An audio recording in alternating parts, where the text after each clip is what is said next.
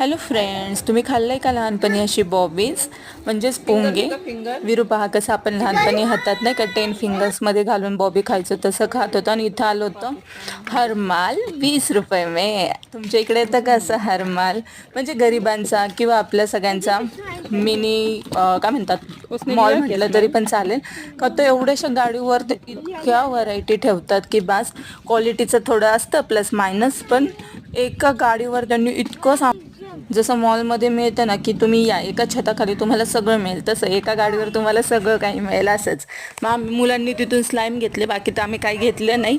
पण पाहत होतं खूप छान वाटलं की एका गाडीवर अरे इतकं काय व्हरायटी ठेवल्यात. आणि इथं मम्मी मला आंबे कट करून देत होती, म्हटले की खा आंबे भरपूर खाऊन घे. की मामाने खूप आंबे पाठवलेत. आणि हे आहे पाडाचा आंबा. पाडाचा आंबा म्हणजे माहिती आहे का, जो झाडाला पिकतो ना त्याला पाडाचा आंबा म्हणतात. आणि तो म्हणजे गोड, म्हणजे गोडच लागतो.